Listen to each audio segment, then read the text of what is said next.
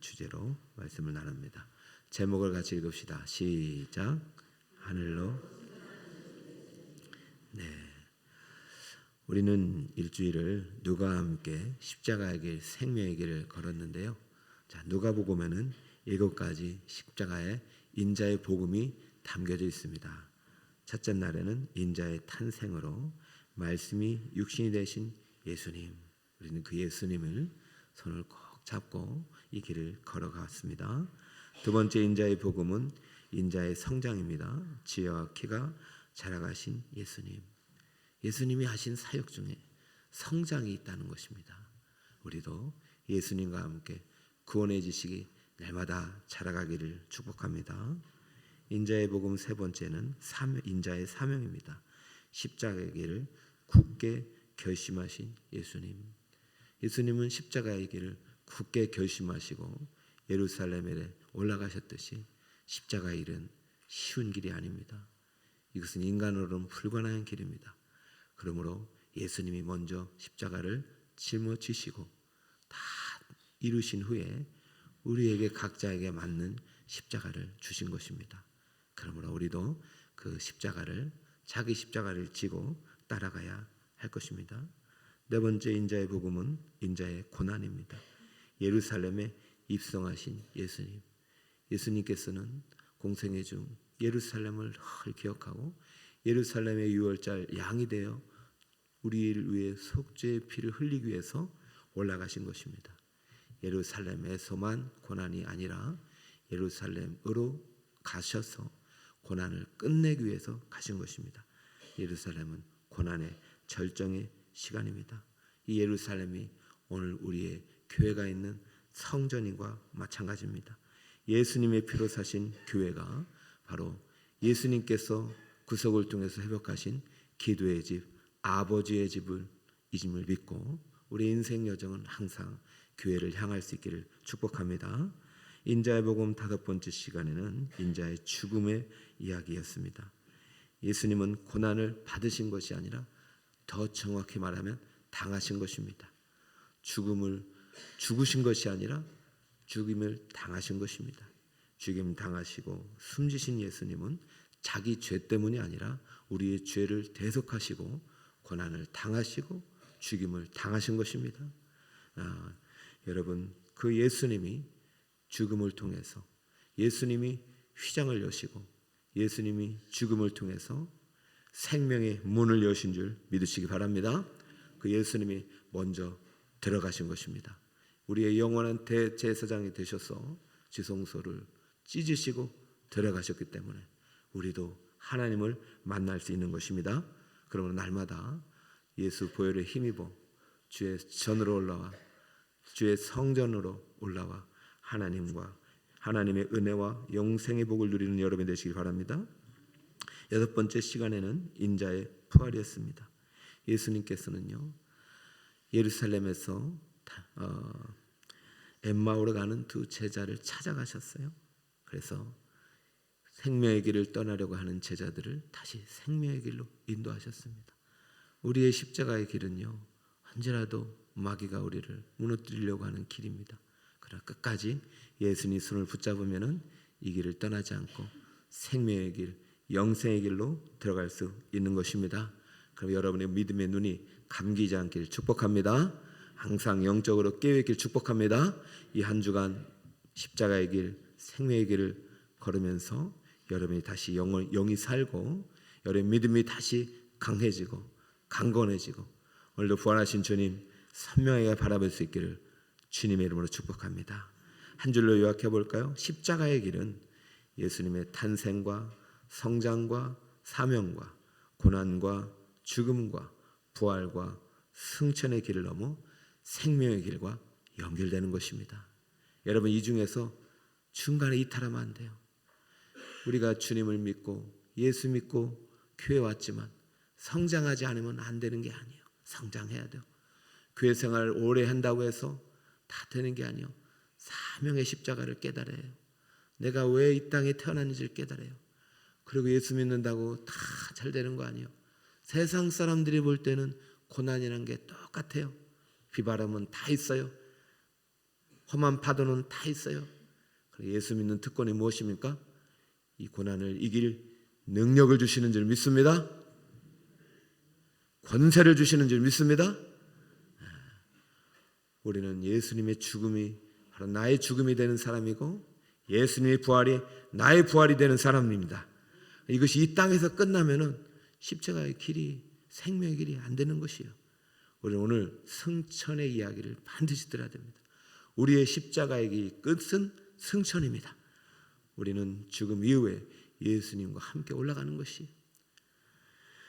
자, 그렇다면 오늘 예수님의 승천 이야기를 통해서 우리는 무엇을 하나님께서 말씀하고 계신지 듣고 마지막 기도의 시간을 보내겠습니다. 여러분, 예수님이 승천하셨다는 사실을 다 알고 계십니다. 예수님의 승천의 과정은요, 40일 동안 부활 이후 여러 곳을 다니시면서 제자들도 만나고 예수님이 살아계셨음을 알리셨단 말이죠. 그리고 마지막 예루살렘 동쪽 감람원이라고 하는 곳에 오른쪽에 보면 감람산 오른쪽에 베단이라는 동네가 있었어요.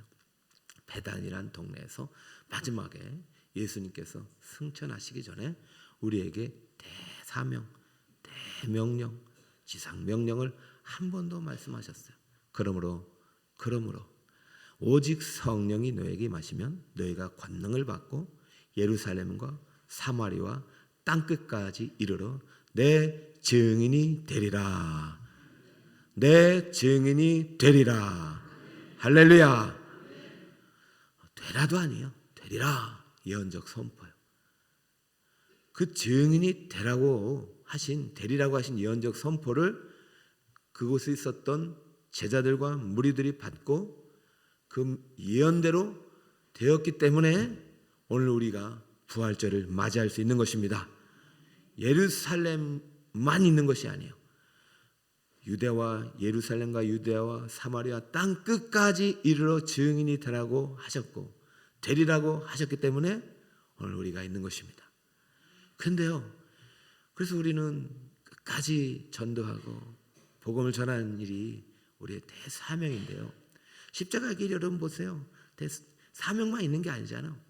여러분, 이 십자가의 길 생명의 길 안에 주님이 하신 사역들이 다 포함됐는데 그 처음부터 끝까지 흐르는 주님의 처음부터 끝까지 변치 않는 하나의 사역이 있으니 그것이 바로 오늘 승천하신 순간에 예수님께서 마지막까지 우리에게 하신 사역이란 말이죠.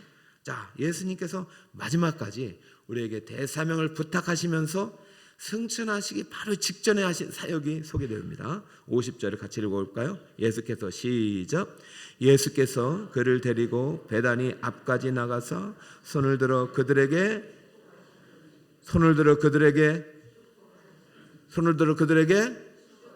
할렐루야. 여러분, 이 모습을 다시 한번 그려보세요. 예수님께서 마지막에 우리에게 얘들아 나를 알려라. 내가 부활했단다. 내가 너희들이 십자가를 지고 죽었단다. 이 복음을 전해다오. 저 땅끝까지, 저 아프리카, 미국, 동남아, 대한민국까지, 저 북한까지 전해다오.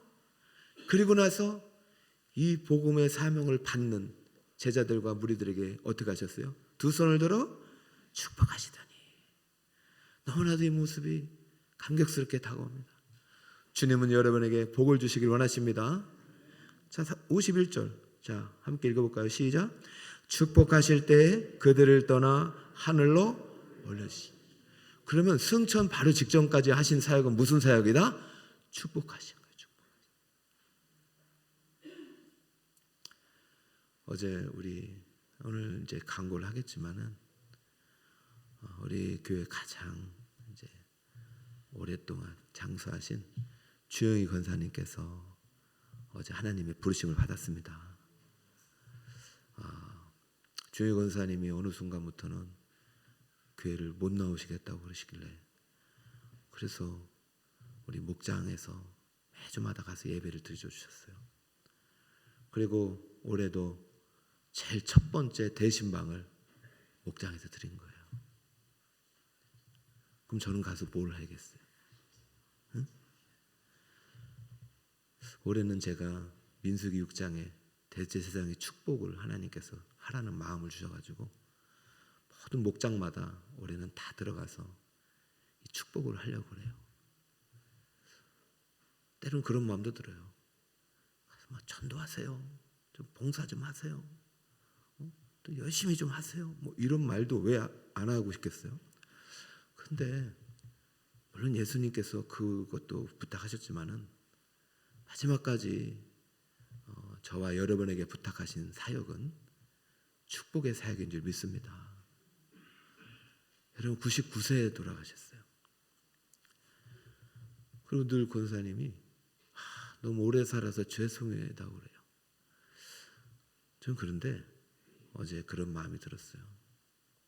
자녀들이 오랫동안 사시는 동안 정말로 부모님을 공경하고 사랑했기 때문에 그 자리가 정말 슬프지 않더라고요. 아들의 모습이 환하더라고요. 여러분, 하나님이 여러분에게 복 주시기 위해서 우리 어르신들을 오래 살게 하신 줄 믿으시기 바랍니다. 어르신들은 오래 사는 거 축복입니다. 내가 병들어서 오래 사니까 참 죄송하다는 말 절대 하지 마시고 생명 있는 그날까지 여러분 후손들 두 손 들어 축복하시기 바랍니다. 축복하시기 바랍니다. 목사님, 전 이제 할 일이 없어요. 왜 없어요? 예수님 마지막 순간까지 손을 들어 그들에게 축복하시더니 축복하시면서 올라가셨어요. 그럼 지금 안 하시느냐? 지금도 교회를 통해서, 제사장을 통해서, 믿는 자들을 통해서, 주의 종들을 통해서 끝까지 사역을 하고 있고, 여러분 부모를 통해서 끝까지 사역을 하게 하고 계세요. 사랑하는 여러분, 축복의 손을 내리지 마시기 바랍니다. 마지막 여러분 모습이 축복이 되기를 간절히 소망합니다. 십자가의 길은 저주를 축복으로 바꾸신 길이에요. 구약의 끝에는요, 저주로 칠까 하노라. 저주로 끝나요. 하나님이 진노로 끝나요. 예수님께서 성육신 하시면서 십자가의 길을 걸으시면서 이 저주를 다 받으셔요. 십자가에 못을 박으셔요. 죽음으로 끊어버리셨어요. 사망으로 이겨버리셨어요. 부활로 승리하셨어요. 그리고 승천하시면서 축복을 주고 가셨어요. 창세기 1장 28절 아담 그들에게 축복하여 이르시되 생육하고 번성하고 충만하고 정복하고 바다의 물고기 하늘의 새 땅에 움직이는 모든 생물을 다스리라 하시니라. 할렐루야. 지금 예수님은 다시 우리에게 창세기 1장을 주신 것입니다. 물론 우리가 죽을 때까지 죄를 가진 육신을 가지고 살아가겠지만, 죄성의 몸으로 살아가겠지만, 우리 안에는 예수 피로 정결하게 된 주의 몸 영이 계시고, 아니 우리의 영이 있고 주의 성령이 거하시는 성전임을 믿으시기 바랍니다.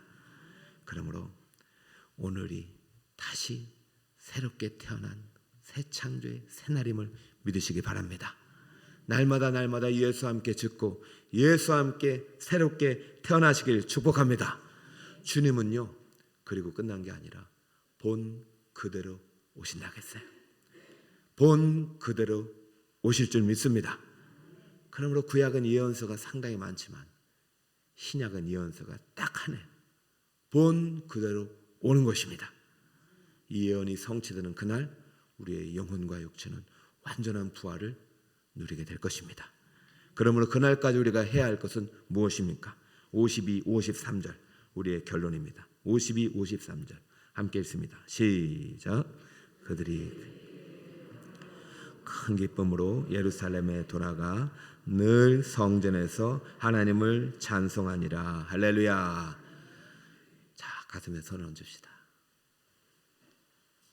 2025년 비전은 바로 이 십자가의 길, 생명의 길을 걸어가면서 끝까지 하나님께 예배자로 살아가라고 주신 비전입니다. 이것이 우리가 주님 모시는 그날까지 해야 될 비전임을 믿습니다.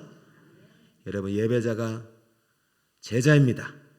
예배자가 봉사자입니다. 예배자가 전도자입니다. 예배자가 직분자입니다. 바로 예배자가 십자가의 길, 생명의 길을 걸어가고 있는 하나님의 자녀들입니다. 따라합니다. 나는 예배자입니다. 나는 하나님이 기뻐하시는 예배자로 살아가겠습니다. 할렐루야. 우리 하나님께 영광 박수 올립니다. 여러분 너무 수고하셨어요. 오늘 마지막 기도 제목 드릴게요. 오늘 하늘로 승천하신 예수님을 바라보면서, 그 예수님을 믿음으로 바라보면서 하나님이 기뻐하시는 예배자로 살아가시길 바랍니다. 예배는 하나님의 축복을 받는 시간입니다. 이 예배가 목장과 가정으로 흘러가야 돼요. 거기에서는 여러분들이 제사장이 되셔서, 그죠? 목자는 목원들을 축복하고 부모님은 자녀들을 축복하는 시간입니다. 우리 북서울 꿈에게 예배가 다시 살아나길 바랍니다. 예배는 바로 주의 보혈로 시작되는 것입니다. 자, 혹시 이제 오늘 이 찬양하고 한번 기도하고 또 이제 축도하고 보내드릴게요. 이제 한 주간 하나님께서 축복하라고 저에게 안수하라고 하셨어요. 그러니까 혹시 안수를 못 받으신 성도님이 계시면 첫 번째 찬양하고 기도할 때 잠잠히 왼쪽에 이렇게 와셔서 받으시면 됩니다. 우리 저기 어린아이도 왔네요. 너무 감사해요. 이따 나와요. 알았죠? 네.